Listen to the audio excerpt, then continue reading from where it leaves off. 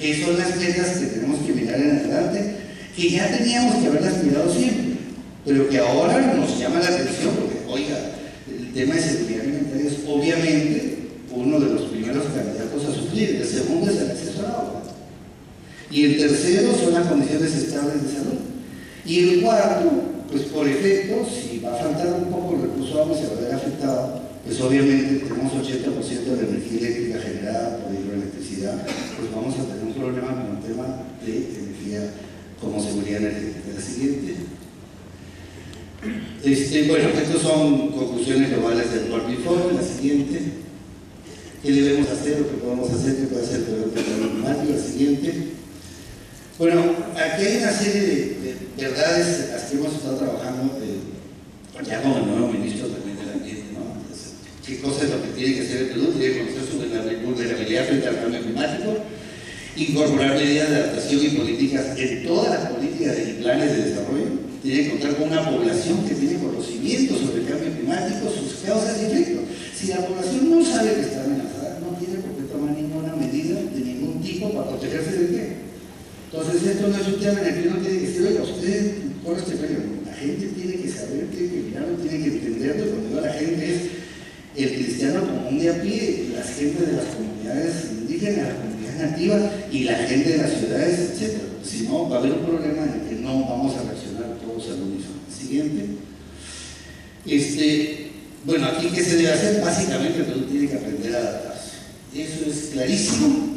El concepto de vulnerabilidad tiene que entenderse por parte de todos y el tema de cómo tenemos que diseñar entonces la adaptación al cambio climático. La siguiente.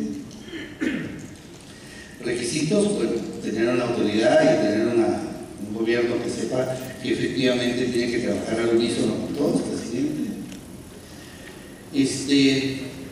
Bueno, es prioritario identificar vulnerabilidades, hay que desarrollar acciones para garantizar la seguridad alimentaria y energética, se requiere asegurar disponibilidad de agua. Son cosas que parecen tautologías, pero hoy día vemos amenazadas, ¿cómo les podría decir? Lo vemos amenazado casi gráficamente, y lo estamos chequeando, estamos diciendo, hoy tenemos una amenaza. Esto es como crónicas de una muerte anunciada. Sabemos lo que va a pasar. No sabemos exactamente, pero sí va a haber una elevación del nivel del mar, sí van a haber problemas con los fenómenos climáticos, sí tenemos una amenaza respecto de nuestra capacidad de autoalimentarnos, etc. La siguiente.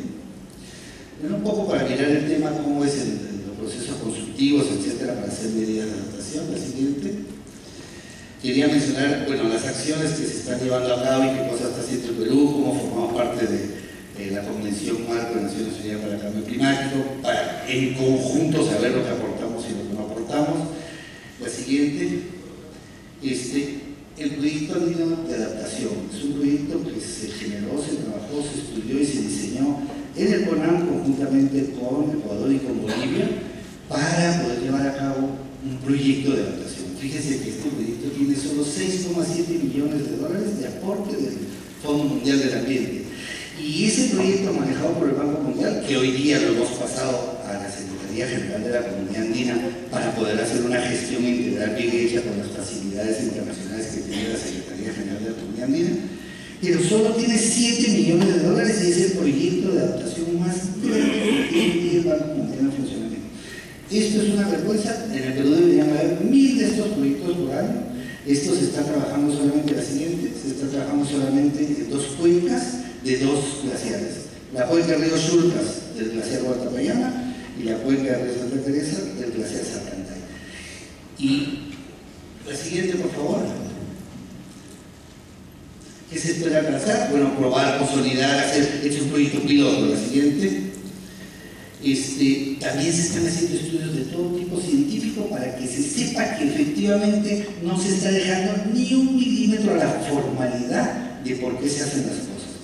La siguiente, en los estudios nacionales hay estudios en las cuencas, hay estudios en la cuenca mexicana de Urbana. La siguiente es algo que podría desaparecer, el glaciar Guatapayana. La siguiente. Bueno, la cuenca Río Chulcas en la que se va a trabajar. Quiero que sepan que se ha hecho y se ha diseñado todos los procesos de adaptación con todas las comunidades que van a ser afectadas, que saben que tienen un problema. Y lo interesante de esto es que por $2 millones que pone el Banco Mundial. Para el caso de Perú, en el Perú hemos conseguido contrapartidas, gobiernos regionales, gobiernos municipales, Pronamach, en fin, otra gente, aproximadamente 4 veces más, casi 8 millones de dólares adicionales. Lo que estoy tratando de decir es que, si bien es cierto que podría ser que se necesite de la colaboración internacional para hacer alguna cosa, en estas que ya están diseñadas, que ya se saben, se podrían replicar en las siguientes cuencas alrededor de la misma, todo con absolutamente recursos propios nacionales. Lo que quiero decir, no nos falta ni necesitamos tecnología marciana para poder atacar estos problemas. La siguiente. Bueno, la siguiente, para ver cómo se han hecho los estudios, los glaciares, etcétera, etcétera.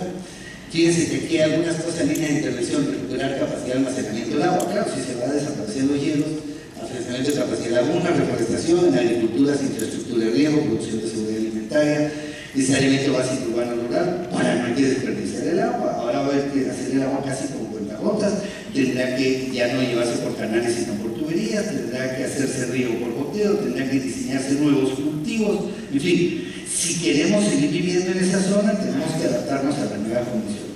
Si no, pues a correr y iremos a buscar otro sitio. La siguiente. Bueno, acciones transversales, la siguiente. Los estudios que se han llevado a cabo para tener una base concreta, la siguiente. Creo que esto es muy importante. Creo que tenemos que tener en cuenta que la adaptación al cambio climático es un tema principalmente sociocultural y no solo científico. Porque, como dije antes, si la gente no sabe, no entiende que está amenazada, no tiene por qué tomar ni siquiera en serio que vamos a venir a trabajar para defenderlos de un enemigo que no saben quién es.